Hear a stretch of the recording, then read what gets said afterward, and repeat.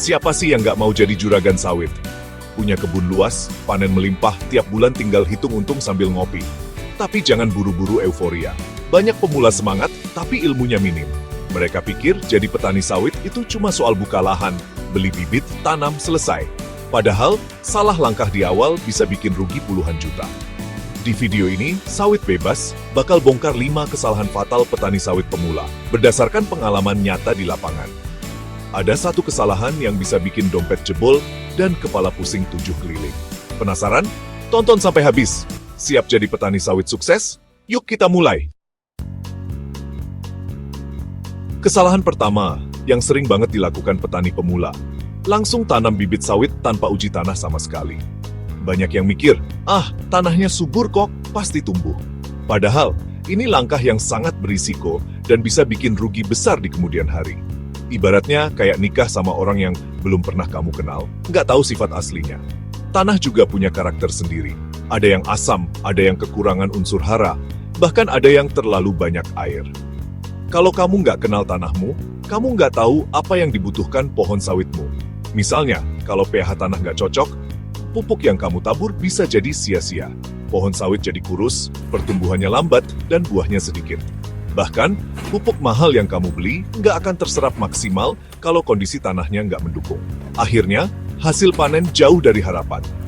Banyak yang bilang uji tanah itu mahal dan ribet. Padahal kalau dihitung-hitung, biayanya jauh lebih murah daripada kerugian gagal panen bertahun-tahun. Bayangkan, kamu sudah keluar uang buat pupuk, bibit, dan tenaga, tapi hasilnya zon gara-gara salah langkah di awal. Uji tanah itu ibarat medical check-up buat kebunmu. Dari hasil uji tanah, kamu dapat data lengkap. pH, unsur hara makro seperti nitrogen, fosfor, kalium, sampai unsur mikro yang sering terlupakan. Dengan data ini, kamu bisa menentukan jenis dan dosis pupuk yang tepat. Nggak asal tebak.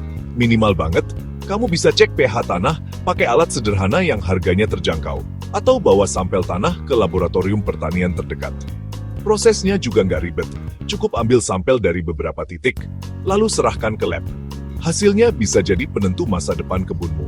Ingat, tanah itu dapur utama pohon sawitmu. Kalau dapurnya kotor, berantakan, dan nggak terurus, jangan harap bisa masak makanan enak. Begitu juga dengan sawit, kalau tanahnya nggak sehat, hasil panen pasti mengecewakan. Jadi, sebelum buru-buru beli bibit dan menanam, luangkan waktu untuk mengenali tanahmu dulu. Ini adalah fondasi utama untuk membangun kebun sawit impian yang produktif dan tahan lama. Jangan sampai menyesal di kemudian hari hanya karena malas cek kondisi tanah. Jangan malas belajar dan investasi ilmu di awal. Pengetahuan tentang tanah dan cara merawatnya akan menentukan nasib kebunmu bertahun-tahun ke depan. Petani sukses itu bukan yang kerja keras saja, tapi juga yang kerja cerdas. Jadi, sebelum tanam sawit, kenalan dulu sama tanahnya. Mulai dari uji tanah, cek pH, sampai analisa unsur hara. Dengan begitu, kamu sudah selangkah lebih maju menuju kebun sawit yang sehat dan hasil panen yang melimpah. Kesalahan kedua yang sering terjadi di kalangan petani sawit adalah tergoda bibit murah tanpa asal-usul yang jelas.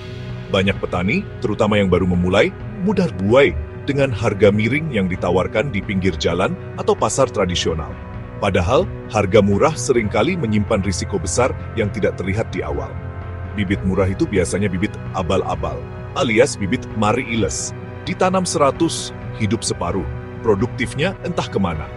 Bibit seperti ini seringkali berasal dari sumber yang tidak jelas, tanpa seleksi ketat.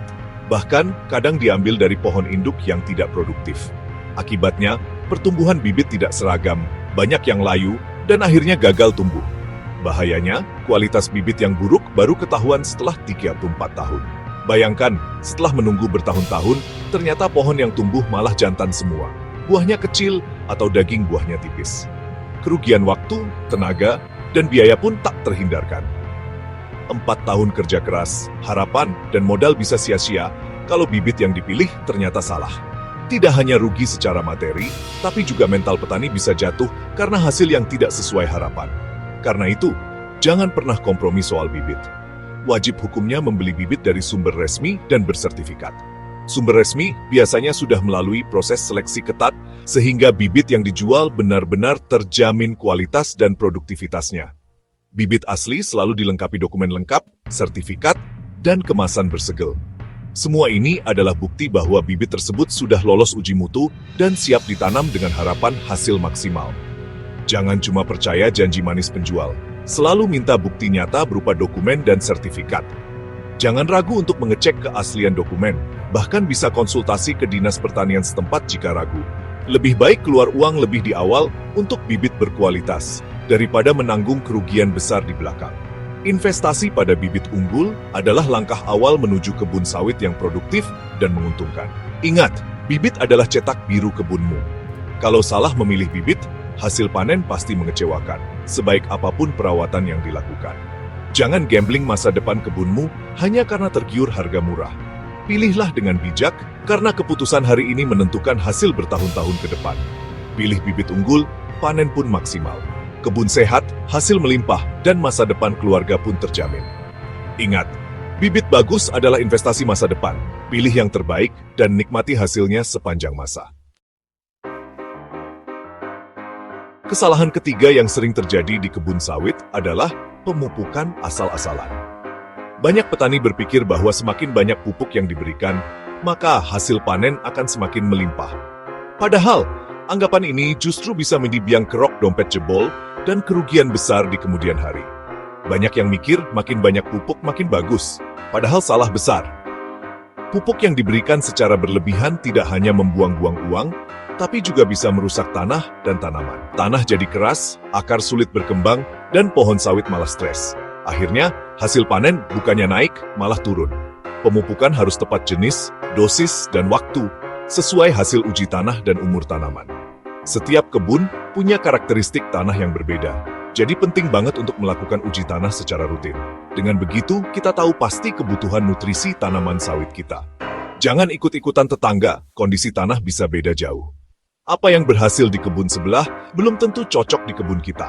Setiap lahan punya kebutuhan yang unik, jadi jangan asal meniru tanpa data yang jelas. Salah dosis, terlalu sedikit, pohon kelaparan, terlalu banyak, uang terbuang, dan tanah bisa rusak. Pupuk yang kurang membuat pohon kekurangan nutrisi, pertumbuhan terhambat, dan buah yang dihasilkan sedikit. Sebaliknya, kelebihan pupuk bisa menyebabkan keracunan pada tanaman dan menurunkan produktivitas. Contoh, salah beli pupuk, rugi jutaan per hektar tiap semester. Bayangkan, jika 1 hektar saja salah pupuk, kerugian bisa mencapai jutaan rupiah setiap 6 bulan. Belum lagi dampak jangka panjang pada kesehatan tanah dan tanaman. Solusi, ikuti rekomendasi uji tanah, sesuaikan dengan umur tanaman, dan amati tanda-tanda kekurangan hara. Jangan ragu untuk berkonsultasi dengan penyuluh pertanian atau ahli pupuk, agar keputusan yang diambil benar-benar tepat.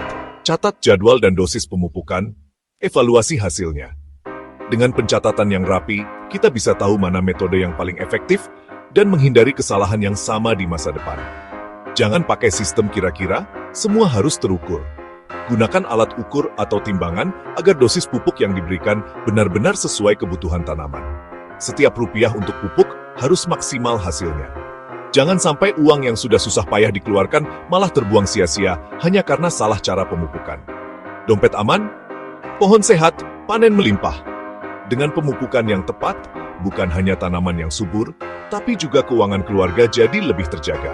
Inilah kunci efisiensi petani modern. Teknologi dan pengetahuan harus berjalan beriringan agar hasil kebun semakin optimal dan berkelanjutan. Pemupukan cerdas, untung pun deras. Jadilah petani yang bijak, selalu belajar, dan berani berubah demi masa depan kebun sawit yang lebih baik.